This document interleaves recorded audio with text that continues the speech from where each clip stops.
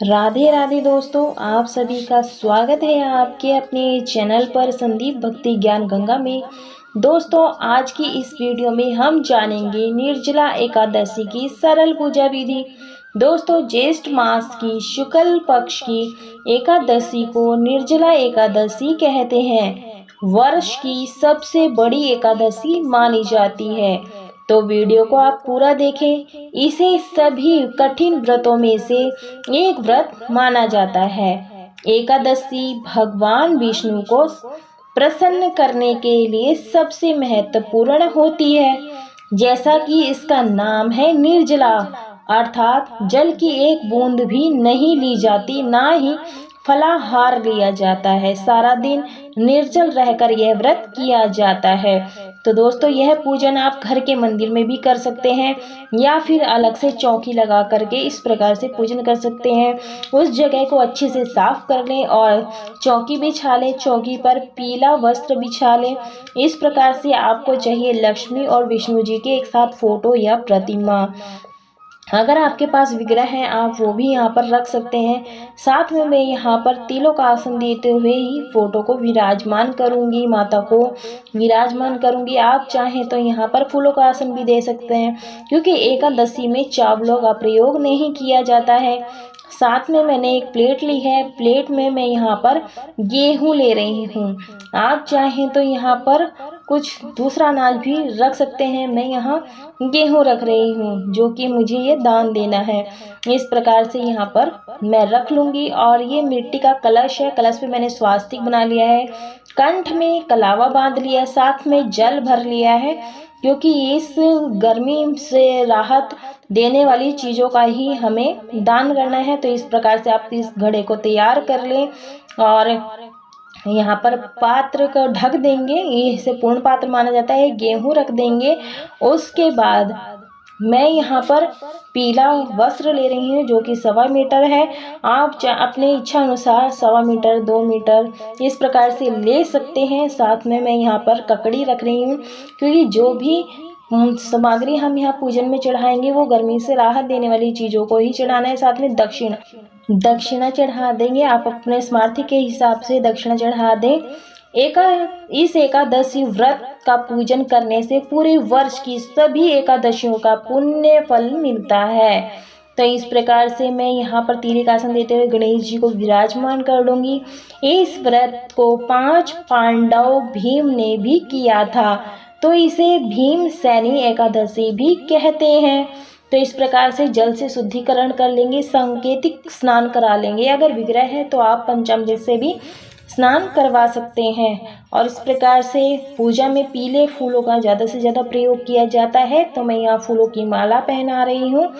आपको जैसा उपलब्ध हो पुष्प हो वो आप वैसा कर लें।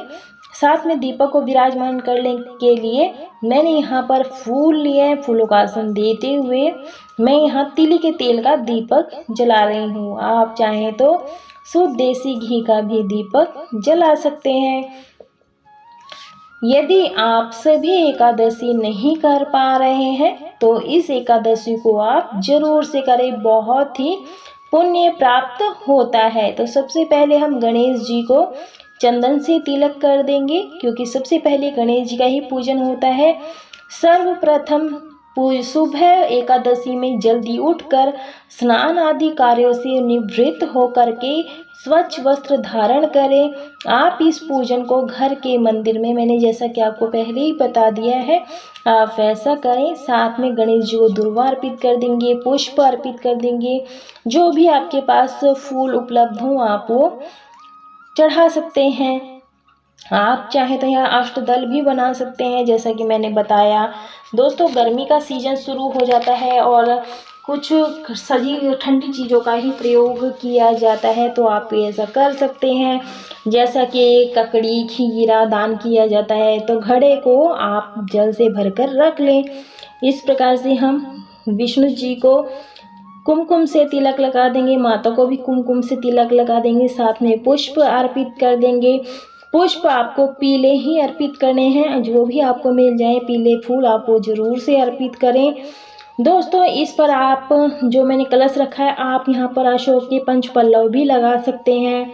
तो इस प्रकार से मैंने कलावे में इत्र लगा लिया है। इत्र लेकर के आप वस्त्र रूपी कलावा हम गणेश जी को सभी को अर्पित कर देंगे। तो दोस्तों फिर जल से स्नान करा देंगे। जैसा कि मैंने बोला, वस्त्र रूपी कलावा अर्पित कर देंगे। सर्वप्रथम हमें यह पूजन करना है और हाथ में जल और तीली लेकर के संकल्प लेना है कि आज हम निर्जल व्रत करेंगे।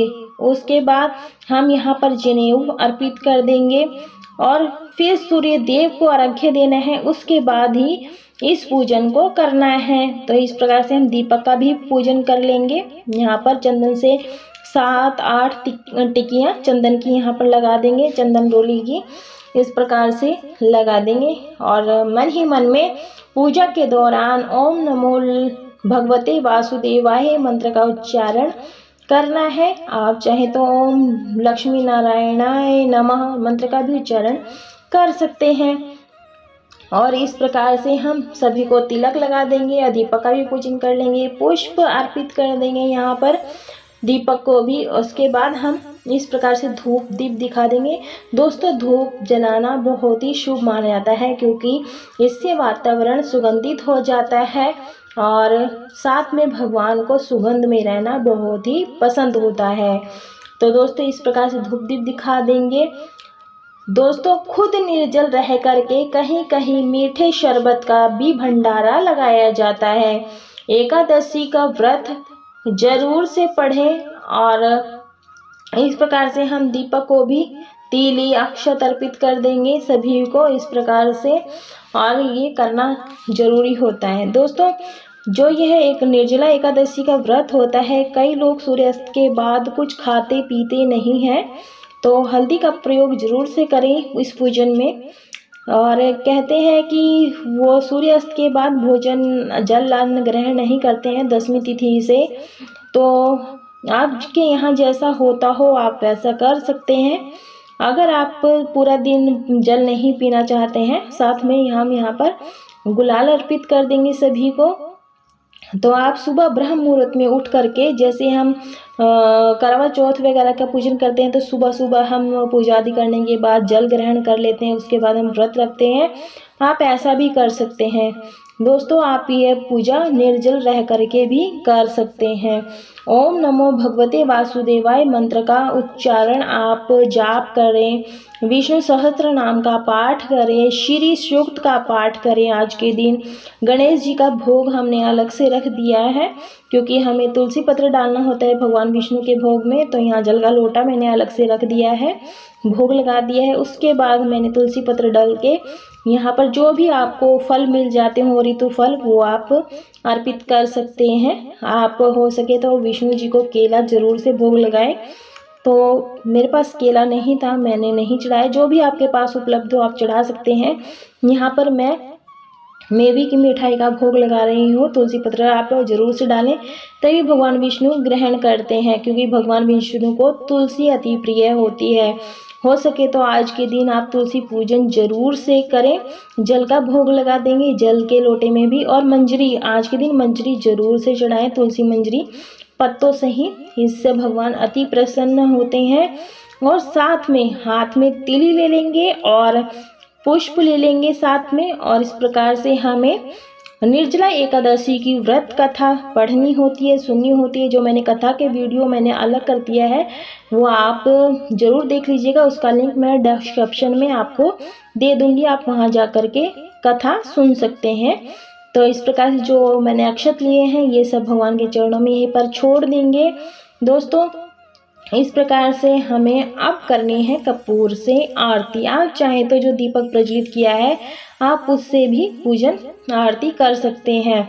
आज के दिन मिट्टी का घड़ा, खरबूजा, ककड़ी, खीरा, हाथ का पंखा, जूता दान कर सकते हैं। दोस्तों गर्मी से राहत देने वाली जितनी भी चीज़ें होती हैं वो हमें दान करनी होती है।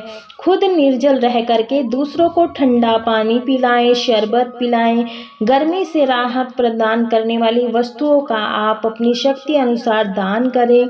दोस्तों इस प्रकार से कपूर से आरती करते हुए ओम नमो भगवते वासुदेवाय नमः, लक्ष्मी नारायणाय नमो नमः, इस तरह से जाप कर लें। अगर आरती आती है तो आरती आप गा करके इस पूजन को कर सकते हैं। संध्या काल में भी श्री हरि विष्णु का विधिवत पूजन करें। जैसे हम सुबह सुबह में इस पूजन को करते हैं, उसके बाद शाम को भी सेम इसी प्रकार से पूजन करना है। आचमनी जरूर से करें, आचमनी करना ना भूलें, क्योंकि आचमनी करने से हमारा भगवान पूजा धूप दीप स्वीकार कर लेते हैं। तुलसी का दीप दान करें। निर्जल एकादशी को मोक्षदायी माना जाता है।